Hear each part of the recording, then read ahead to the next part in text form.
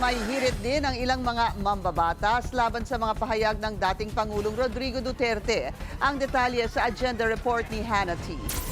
Pag hinold sila accountable ng tao, kakambyo naman sila na joke lang daw yun. Parang nagmumukha tuloy silang joke eh. Ano bang tawag mo doon sa hari na father faker? Father ng mga fake news, ganun, mother faker. Hindi ko alam kung paano tatawag natin sa kanila. Father faker, mother faker, o anong tawag sa mga anak nila? Fakerist? Ganun? Oo, para mga, ganun yung dating nila, para mga super villains. Matapang na tinawag na fake news ng ilang mambabatas ang mga alegasyon ni dating Pangulong Rodrigo Duterte na patungong diktadorya ang pamumuno ni Pangulong Bongbong Marcos. Wala raw makitang palatandaan ng authoritarian rule sa pamumuno ni BBM, ayon sa ilang miyembro ng Young Guns sa Kamara. Sa kabila raw ng mga pinagdaanan ni BBM, kabilang ang di umano'y banta sa buhay ng first couple at House Speaker at ang pahayag ni VP Sara Duterte na huhukayin at itatapon sa West Philippine Sea ang labi ng kanyang ama, hindi raw pumatol ang Pangulo. Wala ako sa administrasyon niya na may sitting senador na kinasuhan at pinakulong. So there's no indication to me. Sabi naman ni Manila 1st District Representative Ernix Jonicio, pinakamabait na raw na Pangulo si BBM. Imbis na magbangayan, dapat daw nakatutok ang lahat sa mas malalaking banta mula sa ibang bansa. We should look outside our borders who are trying to bully us. Yung mga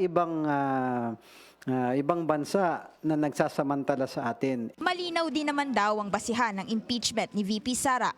Graft, misuse of confidential funds at grave abuse of authority na nakasaad sa complaint ng mga mambabatas. Inakusa kasi ng kampo ni Duterte na political move lang daw ito.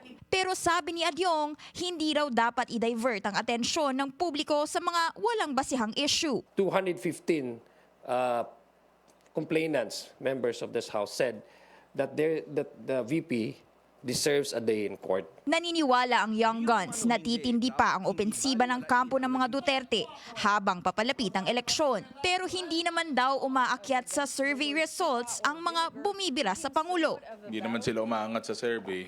Feeling ko nga pag tumakbo ko, baka mas mataas pa ako sa kanila eh. Parang feeling ko masikat ako ng konti sa kanila. Sa kabila ng hindi tiyak na pag-usad ng impeachment trial ni VP Sara sa Senado, naghahanda pa rin ang 11-man House Prosecution Panel. Mahalaga raw na mapaliwanag ng Kamara ang panig nito, ganun din ang kampo ng bise, kaya dapat daw isulong ang trial. Ayon sa House lawmakers, nasa mga senador na raw ang diskarte ng impeachment process ni VP Sara. Tiniyak din ng mga mambabatas na wala raw usapang udyukan ng Pangulong magpatawag ng special session para simulan ang paglilitis ng bise.